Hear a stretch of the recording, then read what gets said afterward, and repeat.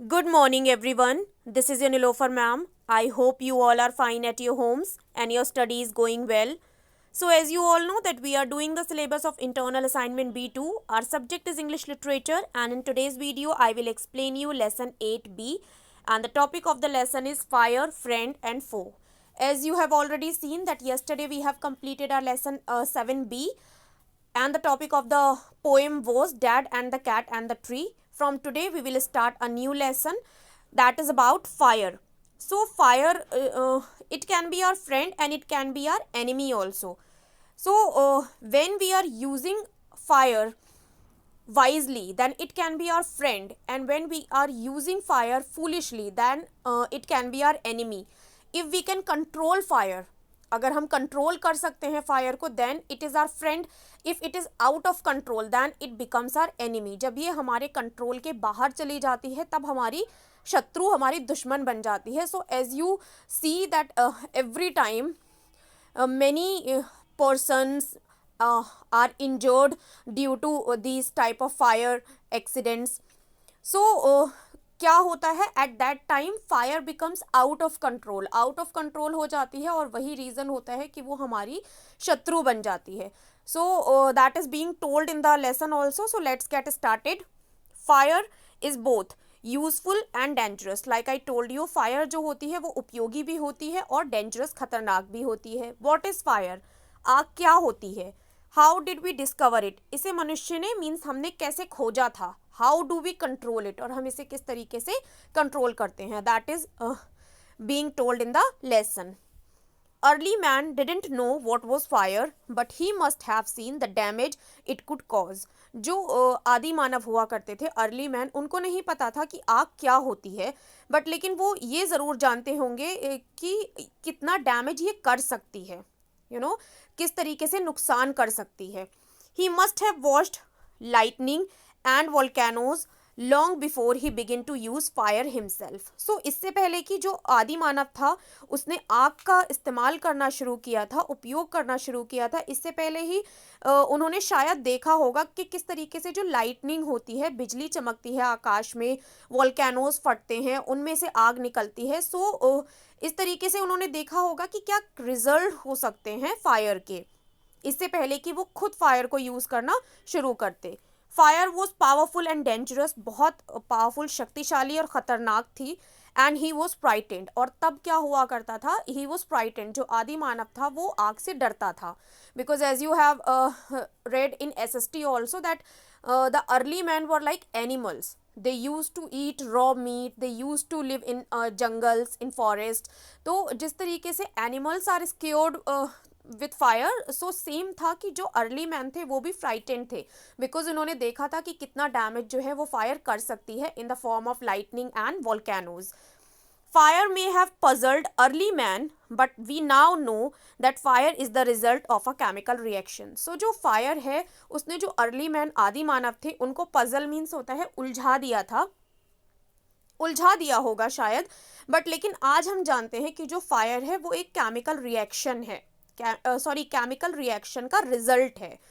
When the oxygen in the air combines with carbon and hydrogen in a fuel, a chemical reaction takes place. जब कभी भी जो oxygen हमारी air में मौजूद होती है, वो किसके साथ मिलती है, कार्बन और हाइड्रोजन के साथ मिलती है. जो भी फ्यूल होता है, ईंधन, उसके साथ उसमें जो हाइड्रोजन और कार्बन मौजूद होती है, उसके साथ जब आपका ऑक्सीजन का कॉम्बिनेशन होता है, सो एक केमिकल रिएक्शन होता है. Energy in the form of heat and light is released in this process. और इस प्रक्रिया में क्या होता है, जो एनर्जी होती है, ऊर्जा, वो किसके रूप में रिलीज होती है, निकलती है. हीट मीन्स जो हीट होती है, गर्माहट, और लाइट के रूप में रिलीज होती है ये इस प्रोसेस के दौरान. This is what we call fire, और इसे ही हम फायर कहते हैं. मीन्स जो आपकी एयर में मौजूद ऑक्सीजन है, जब वो फ्यूल में हाइड्रोजन और कार्बन के साथ मिलती है तो एक केमिकल रिएक्शन होता है, और इसी प्रोसेस के दौरान जो हीट है वो लाइट और हीट के रूप में एनर्जी निकलती है, रिलीज होती है, और इसी को हम फायर कहते हैं. 3 things are needed to make fire: fuel, oxygen and heat. Fire को जलाने के लिए 3 चीज़ों की ज़रूरत होती है. ऑब्वियसली दैट इज़ फ्यूल, ईंधन, because without fuel you can not burn. Oxygen is also needed and heat is needed. Wood, coal, cooking gas and petrol are some examples of fuel. So जो wood है, लकड़ी, कोयला, cooking gas और petrol, ये examples हैं fuel के, ईंधन के. Oxygen comes from the air. Oxygen आपको एयर से मिल जाती है बिकॉज इन्वायरमेंट में मौजूद है. That is why when you blow on smouldering paper it often burst into flame. Smouldering means होता है सुलगता हुआ. सो यही रीजन है कि जब कभी भी आप किसी सुलगते हुए पेपर के ऊपर ब्लो मीन्स फूंक मारते हो, सो ये क्या होता है, अक्सर इसमें से लपटें निकलने लगती हैं. The third thing needed to make fire is heat. और जो तीसरी चीज है जो फायर जलाने के लिए जरूरी होती है, दैट इज हीट मीन्स गर्माहट.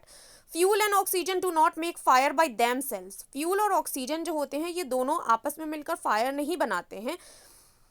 और एल्स अ न्यूज़पेपर और a stick lying in the open would catch fire on its own. और ना ही जो न्यूज़पेपर होता है और आपका जो न्यूज़पेपर होता है आपका और जो स्टिक होती हैं लाइंग इन द ओपन, खुले हुए में पड़ी होती हैं, wood catch fire on its own. अपने आप ही उनमें आग नहीं लग सकती है. To burn a piece of paper और वुड, किसी भी वुड के टुकड़े को या पेपर के टुकड़े को जलाने के लिए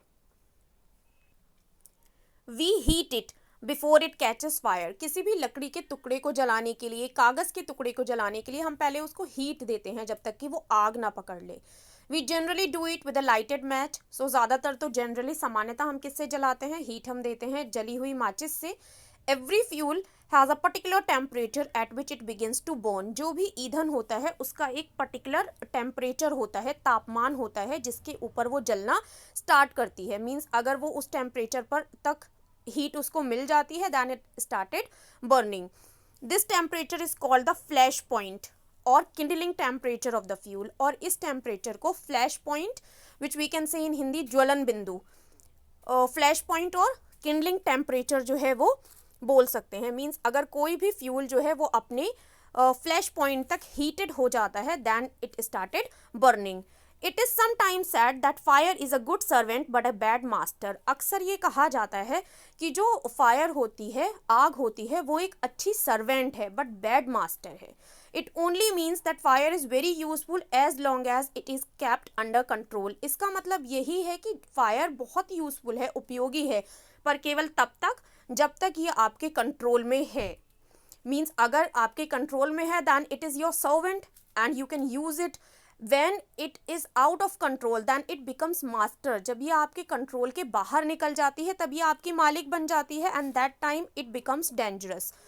For instance, उदाहरण के लिए देखते हैं, we use it to cook our food. हम इसका इस्तेमाल करते हैं अपना खाना पकाने के लिए. warm our homes, अपने घरों को गर्म रखने के लिए in winter and to generate electricity. इसके अलावा बिजली को पैदा करने के लिए भी यूज़ करते हैं. But on the other hand, दूसरे तरीके से सोचें, if fire gets out of control, अगर फायर जो है वो हमारे कंट्रोल के बाहर चली जाती है, it can be very dangerous. ये बहुत खतरनाक हो सकती है. Each year thousands of homes and shops are damaged by fire. हर साल बहुत सारे घर और बहुत सारी शॉप्स जो हैं वो डैमेज हो जाती हैं फायर के द्वारा. Vast areas of forest are also destroyed and hundreds of people are killed or injured. बहुत बड़े बड़े एरियाज होते हैं. You must have seen in the news that forest areas में जब फायर लग जाती है तो वो कई दिनों तक, कई हफ्तों तक चलती है और उससे बहुत ज़्यादा हानि होती है. ये क्या होता है, वास्ट एरियाज ऑफ फॉरेस्ट जो होते हैं वो डिस्ट्रॉय हो जाते हैं बिकॉज ऑफ फायर एंड बहुत सारे hundreds of people and are killed और इंजर्ड, मरते भी हैं और उनको चोट भी लगती है. Just as 3 things are needed to start a fire. जैसे कि मैंने आपको एक्सप्लेन किया कि फायर को स्टार्ट करने के लिए 3 चीज़ों की ज़रूरत होती है, that is fuel, oxygen and heat. So there are 3 main ways in which a fire can be put out. ऐसे ही 3 मेन तरीके होते हैं जिसके ज़रिए आप क्या कर सकते हैं, फायर को बुझा सकते हैं. In each one of the 3 things needed for burning is taken away. So हर एक वे में क्या है कि जो 3 चीज़ें ज़रूरी हैं फायर को जलाने के लिए, उसको हम क्या करते हैं, जलती हुई जगह से अलग कर देते हैं. सो फायर अपने आप ही आप पुट आउट हो जाती है, बुझ जाती है. If oxygen would not be there then no fire will take place. If heat will not be there then no fire will take place. And the main important thing is that if no fuel will be there then no fire will be there. For example उदाहरण देखते हैं, we can take away the fuel, हम ईंधन अलग कर सकते हैं उस जगह से जहाँ पर आग लगी है. If the fire has no fuel to feed on, no burning can take place. So as I have already explained कि अगर आग के पास फ्यूल ही नहीं होगा फीड करने के लिए, means obviously we feed food only, हम किस पर जिंदा रहते हैं, हम फूड को खाते हैं. वैसे ही फायर क्या फीड करती है, फ्यूल. अगर फ्यूल ही नहीं होगा so no burning can take place, कोई भी आग नहीं लग सकती. We often let a fire die out simply by not adding more fuel to it. अगर हमें आग बुझाना होती है अक्सर when we are cooking only, when you are using it to heat ourselves, so हम क्या करते हैं, उसमें फ्यूल को ऐड करना बंद कर देते हैं. जब आप उसमें ईंधन डालना बंद कर देंगे सो वो ऑटोमेटिकली पुट आउट हो जाती है. The second way of putting out a fire is to prevent oxygen from reaching it. So first important thing was fuel to burn fire. सबसे इम्पॉर्टेंट जो पहली चीज़ थी वो थी फ्यूल, जिसके ज़रिए आप आग जला सकते हैं, और अगर आप फ्यूल ही हटा देंगे देन आप आग को पुट आउट भी कर सकते हैं, फायर को. सेकेंड है आपका, if you are preventing oxygen from reaching fire then you can put out fire. अगर आप आग तक ऑक्सीजन का जो ऑक्सीजन को पहुंचना रोक सकते हैं तब आप आग को बुझा सकते हैं. No supply of oxygen means no fire. अगर ऑक्सीजन की सप्लाई नहीं होगी तो फायर नहीं जलेगी. Small fires can be put out or smothered with a damp blanket or a sac. जो छोटी छोटी सी फायर होती हैं और स्मोदर्ड मीन्स होती हैं सुलगती हुई, कई जगह पर लगी होती हैं जहाँ लपटें नहीं निकलती हैं बट धुआं होता है, सुलगती हैं, उसको हम with a damp blanket means जो गीला ब्लैंकेट होता है उससे और बोरे के द्वारा बुझा सकते हैं. Because when you are putting a blanket or a sack on the fire so oxygen वहाँ तक नहीं पहुँच पाती है and the fire is put out only. So this stops oxygen reaching the burning material. Sometimes carbon dioxide is used to extinguish fire. It does not allow oxygen to reach the burning material. So मैंने जैसे आपको explain किया, अगर आप किसी भी आग लगी हुई जगह पर छोटी स्मॉल फायर्स आप इनसे बुझा सकते हैं, बिकॉज अगर लार्ज एरिया में लगी है then this type of method cannot be used. सो अगर छोटी छोटी आग लगी हैं तो वहाँ पर अगर आप गीला ब्लैंकेट डालेंगे और बोरी डालेंगे तो ऑक्सीजन जो है वहाँ नहीं पहुँच पाती है और जो मटेरियल है वो जलना बंद कर देता है. कभी कभी क्या होता है, in your school you must have seen and at some other places that fire extinguishers होते हैं, सिलेंडर्स टाइप होते हैं जिनमें कार्बन डाइऑक्साइड होती है. So carbon dioxide is use to extinguish fire. Carbon dioxide का यूज़ किया जाता है फायर को बुझाने के लिए, स्प्रे कर दिया जाता है. Because it does not allow oxygen to reach the burning material. Carbon dioxide जब आप स्प्रे करते हो सब वो क्या करती है, तब ऑक्सीजन का जो पहुंचना होता है वो रोक देती है बर्निंग मटेरियल तक और अपने आप ही आप आग बुझ जाती है. The third way of putting out a fire is to remove the heat. और जो तीसरा तरीका है आग को बुझाने का वो है कि आप हीट ही हटा दें. If the temperature can be brought down below the flash point, the fuel stops burning. So अगर आप किसी भी फ्यूल का जो टेम्परेचर है उसे फ्लैश पॉइंट से नीचे ले आएंगे तो आग अपने आप ही आप बुझ जाएगी. Because as I have already explain you कि कोई भी फ्यूल कब जलना स्टार्ट करती है, जब वो अपने फ्लैश पॉइंट पर पहुंच जाती है, ज्वलन बिंदु पर पहुंच जाती है. अगर आप हीट ही नहीं देंगे उतनी तो आग नहीं लगेगी. You blow on a burning match stick or a candle to put it out. आप क्या करते हैं, अगर आप कभी माचिस की तीली जलाते हैं या माचिस की तीली बुझाते हैं या कैंडल बुझाते हैं तो आप ब्लो करते हैं, उसके ऊपर फूंकते हैं. In doing so you are you remove the hot air around the flame, bringing down its temperature below the flash point and the candle goes out. सो इस केस में आप क्या करते हैं, जब कभी भी आप किसी माचिस की तीली को बुझाते हैं या कैंडल को बुझाते हैं, सो जब आप ब्लो करते हैं सो उसके आसपास जो हॉट एयर होती है वो हट जाती है और जो टेम्परेचर होता है वो उसका डाउन हो जाता है और दैट्स वाई जो आपकी कैंडल है वो पुट आउट हो जाती है, मीन्स बुझ जाती है. Sometimes water is spread on a fire. कभी कभी पानी छिड़का जाता है आग पर जब बहुत बड़े एरियाज में लग जाती है. It absorbs heat from the burning fuel and lowers the temperature. उसका रीज़न भी यही होता है कि वाटर के द्वारा क्या होता है, जो हीट होती है उसको एब्जॉर्ब कर लेता है वाटर और आपका जो भी बर्निंग फ्यूल है वो अपने टेम्परेचर से नीचे आ जाती है और आग जो है वो बुझ जाती है. The blanket of water also cuts off the supply of oxygen and the fire is extinguished. So as I have explained you कि जो ब्लैंकेट होता है, कह सकते हैं एक तरीके से वाटर जो है वो ब्लैंकेट की तरह काम करता है. वो क्या करता है, ऑक्सीजन की सप्लाई को भी रोक देता है और इस तरीके से आग जो है आपकी वो बुझ जाती है. Some fires can not be put out with water, कुछ आग जो है वो पानी के द्वारा नहीं बुझाई जा सकती. Every fire can not be put out by water only. If water is spread on to an oil fire, the oil will float to the top of the water and continues to burn. अगर कभी भी किसी ऐसी जगह पर आग लगी है जहाँ पर ऑयल है और आप वहाँ पर पानी स्प्रे कर रहे हैं, वाटर स्प्रे कर रहे हैं, दैट टाइम क्या होता है, जो ऑयल होता है वो वाटर के ऊपर फ्लोट करने लगता है और जो आग होती है वो कंटिन्यू रहती है, बुझती नहीं है. कहीं पर भी अगर ऑयल से आग लगी है और आप वाटर स्प्रे करेंगे सो जो ऑयल है वो फ्लोट करेगा वाटर के ऊपर और आग जो है वो कंटिन्यू रहेगी. This can be very dangerous because water can flow quickly carrying the burning oil with it and spreading the fire. ये बहुत ज़्यादा खतरनाक इसलिए भी हो सकता है बिकॉज जब पानी पर ऑयल फ्लोट करने लगता है सो जैसे ही पानी बहता है सो वो अपने साथ क्या करता है, ऑयल को भी बहा कर ले जाता है और इस तरीके से आग जो है वो फैलती जाती है. Water should also not be use on fires caused by electrical appliances. So अगर कभी भी बिजली के जो अप्लायंसेज होते हैं उनकी वजह से, शॉर्ट सर्किट की वजह से आग लग रही है, उस पर भी आप कभी वाटर का यूज़ नहीं कर सकते. The person spraying water might receive an electric shock and be killed. क्योंकि जो व्यक्ति स्प्रे करेगा वाटर अगर इलेक्ट्रिकल अप्लायंसेस की वजह से लगी है सो उसको इलेक्ट्रिक शॉक लगेगा और उस व्यक्ति की मृत्यु हो सकती है.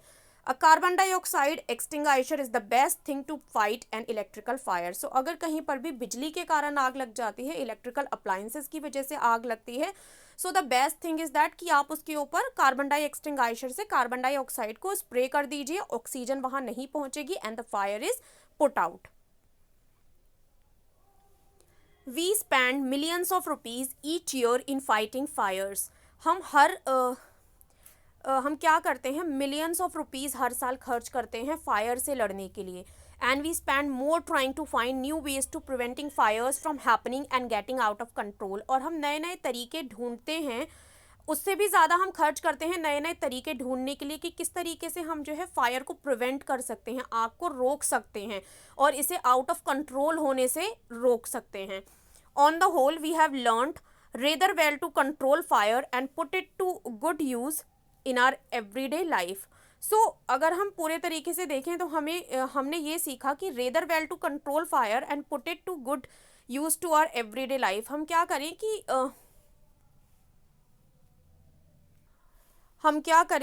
फायर को कंट्रोल करने से ज़्यादा है कि हम उसको अच्छी तरीके से अपनी एवरीडे यानी दैनिक जीवन में यूज़ करें. Long ago there were no fireman. पहले फायरमैन नहीं हुआ करते थे. Like nowadays if any fire accident is happening at any place so fire brigade आ जाती है और फायरमैन जो होते हैं वो फायर को पुट आउट करते हैं. When fire broke out everybody became a fire fighter. So पहले क्या होता था, फायरमैन नहीं हुआ करते थे. अगर कभी भी आग लग जाती थी सो हर व्यक्ति फायर फाइटर बन जाता था.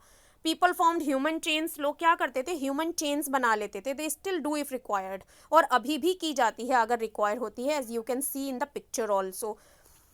क्या होता था, and passed buckets of water from a well or a pond to the blaze. So आग लगे हुए एरिया तक क्या होता है, किसी भी पॉन्ड से वाटर जो है वो सप्लाई किया जाता था चेन बनाकर और जहाँ आग लगी होती है वहाँ पर स्प्रे किया जाता था. Now there are laws about building constructions which ensure that space is left between buildings to reduce the risk of fire. अब एक लॉ है कि जब कभी भी बड़ी बड़ी जो बिल्डिंग्स होती हैं उनका कंस्ट्रक्शन होता है, निर्माण होता है, तो ये इंश्योर कर लिया जाता है कि उन दोनों बिल्डिंग्स के बीच में स्पेस हो ताकि अगर एक बिल्डिंग में आग लग रही है तो वो दूसरी बिल्डिंग तक फैल ना सके. Every new building, especially a public place, must ensure observance of the fire prevention norms. So जितने भी आपकी न्यू बिल्डिंग्स हैं, स्पेशली जो पब्लिक प्लेस है, इंश्योर किया जाता है कि वहाँ पर जो भी फायर प्रिवेंशन के नॉर्म्स हैं वो उनको ऑब्जर्व किया जाए वहाँ पर.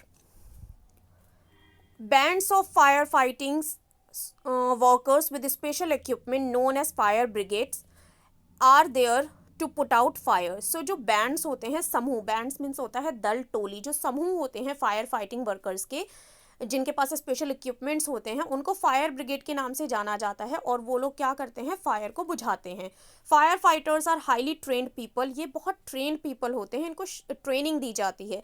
दे पोजेस मेनी स्किल्स, इनमें बहुत सारी स्किल्स होती हैं, क्षमताएं होती हैं। दे कट ऑफ इलेक्ट्रिसिटी सप्लाई, सबसे पहले अगर किसी जगह पर आग लगती है वो इलेक्ट्रिसिटी सप्लाई कट कर देते हैं ताकि किसी भी प्रकार का शॉर्ट सर्किट ना हो और आग आगे तक ना फैले। नॉक डाउन डेंजरस वॉल्स, जो भी डेंजरस वॉल्स होती हैं उनको नॉक डाउन करते हैं। Spray water and other materials to bring fire under control, और जो भी वाटर होता है उसे स्प्रे करते हैं, जो भी दूसरे मटेरियल्स होते हैं, ताकि फायर को कंट्रोल में ला सकें। They are also trained in first aid, so that इनको ये लोग फर्स्ट एड में भी ट्रेंड होते हैं ताकि they can help people suffering from burns or from the effects of smoke, ताकि जो भी लोग आग से सफ़र किया है उनको फर्स्ट एड दे सकें, और जो भी धुएं वगैरह की वजह से इफेक्टेड लोग होते हैं उनको भी फर्स्ट एड दे सकें। The discovery of fire and its use helped early man to cope with nature better and gradually adopt a settled mode of life. So जो डिस्कवरी, जो खोज है आग की एंड इट्स यूजेस, और उसके जो यूज़ हैं, उसने अर्ली मैन को, आदि मानव को बहुत ज़्यादा मदद की टू कोप विद नेचर, प्रकृति के साथ कोप अप करने में, better and gradually adopt a settled mode of life, और इस तरीके से धीरे धीरे क्या किया आदि मानव ने, एक सेटल्ड मोड, सेटल हो गए वो अपनी लाइफ में। Fire is still worshipped in many parts of the world, आज भी पूरी दुनिया के कई पार्ट्स में आग की पूजा की जाती है। Fire is indeed a friend, अवश्य ही हमारी दोस्त है, बट एज वी नो, जैसा कि हम जानते हैं, it can be a dangerous enemy once it gets out of control, ये एक हमारे लिए खतरनाक दुश्मन भी साबित हो सकती है if it gets out of control. So the conclusion is that if fire is in control it is our friend, and when it becomes out of control it becomes our enemy. When it is our servant then it is good for us. When it becomes our master, जब हमारे हाथों से निकलकर हमारी ही मालिक बन जाती है, then it becomes very dangerous for us. Some comprehension check are given here. Mark the correct answer in each of the following. Early man was frightened of, जो आदि मानव हुआ करते थे वो डरते थे। Lightning and volcanoes, the damage caused by them, fire, किन चीज़ों से डरते थे, लाइटनिंग और वोल्केनोज से डरते थे। Fire is energy, fire is heat and light, fire is the result of a chemical reaction. So fire is energy, fire is heat and light also, and fire is the result of a chemical reaction also. So they all are correct. So this was lesson 8, which I have explained you. I hope the whole lesson is clear to all of you. If still any confusion is there, so you can ask me on the WhatsApp also. I'll meet you in the another explanation video. Till that, keep learning, stay home, stay safe. Bye bye everyone.